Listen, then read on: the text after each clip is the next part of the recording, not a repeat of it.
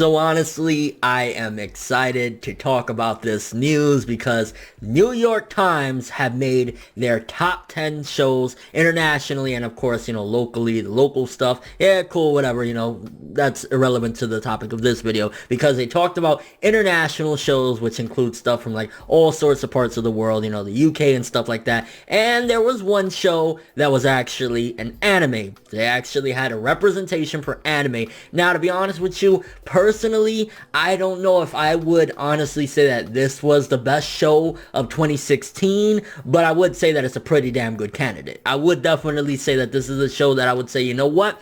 I'm totally cool with it, and I'm overall just excited to see that anime got recognized in the New York Times. I mean, granted, I would argue that if they were going to include this show, they probably could have included one more show because, I mean, it's a good show, but there was some pretty okay shows as well that came out in 2016. I mean, when you go down the list, there's like Erased and ReZero. There was some pretty good, dope shows or whatever, but this show, this anime that I'm referring to that made the New York Times top shows internationally is My Hero Academia. That blew my fucking mind. Honestly, I thought they were going to just go with a big name. They were going to say, you know what? Naruto capped it off in 2016. We got the final fight. Or Dragon Ball Super, the Goku Black. Or ReZero, it took the world by storm. Or Erase started off the year with a bang. Like, I was expecting something like that. Or Mob Psycho 100 was another contender because a lot of people were really hyped off Mob Psycho. But no, they chose My Hero Academia, which honestly, it's a good look for shonen manga because shonen manga hasn't really been looking that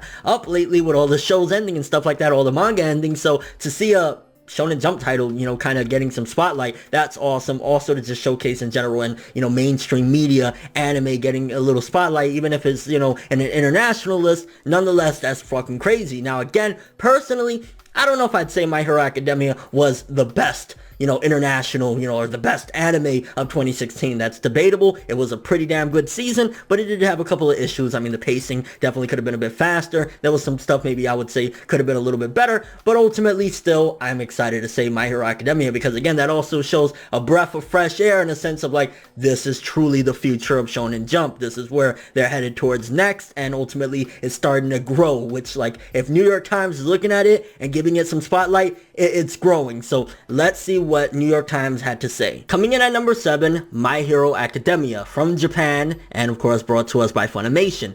In the self-aware category of Japanese anime, this shrewdly written and dynamically drawn series posits a world in which 80% of humanity has developed some sort of special powers. Not all of them super and not all used for good, but it focuses on a fanboy who obsessively follows the new costume heroes while having no abilities of his own. A perfect stand-in for the anime and manga audience. Okay, the perfect stand-in line, I was kind of like, what do you mean by that? Is that just like a placeholder until the next big thing? That line kind of just threw me for a loop, honestly, but nonetheless, again, I just gotta say this is fucking awesome on so many levels. Again, maybe, which I definitely want to see you guys' feedback. Like, do you agree with this in general? I think that's the most important thing. Like, how do you guys feel about My Hero Academia taking it and representing it for anime in 2016 in mainstream media like the New York Times? Do you think that that's a good look? Do you think that definitely there should have been another show? Like, again, me personally, as much as I enjoy My Hero Academia and I think it's a dope series and I enjoyed the anime and all that good stuff, I would have probably put another series. And that's not to slight My Hero Academia because again, I really fucking enjoyed that. Like, you're gonna tell me, oh, might fucking we got the Delaware Smack, like, let me hold my own fandom in there, but yeah, it's a good look or whatever, but definitely there was other series that I probably would have put in there. I don't know, like ReZero was pretty tough. Erased up until the end was pretty tough. Mob Psycho, pretty tough. So that's kind of my stance in it, but I'm definitely curious to see what the anime and manga community in general thinks about My Hero Academia taking the spotlight in mainstream media for 2016 in the New York Times. Do you think that it deserved it? How do you feel about that? And do you think that it's a good look and kind of a breath of fresh air for Shonen Jump going into the future? Because a lot of you may know already, Bleach gone, Naruto gone, fucking Toriko gone, everything is already almost ending. We're starting fresh essentially with new series, so with this being the flagship title and again getting massive coverage like that, that's a good look. And overall, as a fan, I can be nothing but proud at the very least that anime made the list, because they could have totally slid it, say fuck it, and be on with their day. But the fact that they actually gave anime a spotlight, I appreciate that. Again, I'm just saying, like, it might have been another show for me, but that's just my opinion. But also on the heels of this, I definitely think that this is going to push the series even further, because you got to think, we actually just got the preview for season 2 of My Hero Academia, which I guess, let me quickly talk about that, because a lot of people have been asking me about it. I was probably going to wait to see until we get maybe a full, longer trailer or something like that, but based off the trailer we got for My Hero Academia, it definitely looks as though, at the very least, the first half or more is going to focus on the festival arc, which is kind of like an exam arc in a way, but it's more so just like a lot of combat and a lot of craziness. Honestly, I'm looking forward to that, and that's definitely an awesome arc. Arguably, some people will say, the ending is a little bit, but that's neither here nor there. The second half is what I'm hoping that they do, because they did kind of tease it at the end of season 1 with the whole Stain thing, the hero killer, which I won't give any spoilers away, don't worry, but I'm really hoping that season 2 gets into the hero killer. Especially, I'm hoping that they do a huge spotlight on the hero killer, because I'm just saying, the hero killer, like, that's some really tough stuff, and that's one of the best arcs in My Hero Academia. There's probably one other arc that I would say could be better than it, the All for One, but besides that, yeah. So based off the preview we got, it's looking gorgeous. It looks like the art and animation is probably even better than season 1, and I'm also hoping, fingers crossed, that they do one major change, and that's the pacing, because aside from the pacing, My Hero Academia season 1 was damn near perfect as an adaptation, and just in general bringing, a fresh new Shonen Jump series. It was like, pretty damn good. With season 2, if they're going to cover 2 arcs, the festival arc and the hero killer arc, then the pacing is going to be a lot faster. So that's kind of giving me hopes that season 2 is going to just rock hard with some great pacing and overall getting a lot of content and speeding up, so that when we get season 3, it'll be some really heavy hitting shit, because there's even more greatness after the hero killer arc. And also, a quick question as well for people that are looking at this. What do you think this could potentially mean for anime and manga that we're getting noticed yet again? In the New York Times, again, to me, that's a big deal. The New York Times, that's a pretty big deal. I mean, we get, granted, the little breakdown of the manga sales and stuff like that, not necessarily, the numbers, but like, the ranking and stuff like that. But to actually get spotlight, do you think that potentially could be a sign that anime is really breaking out again, like it was in the early 2000s and late 90s and stuff like that? Do you think that this could be a sign that,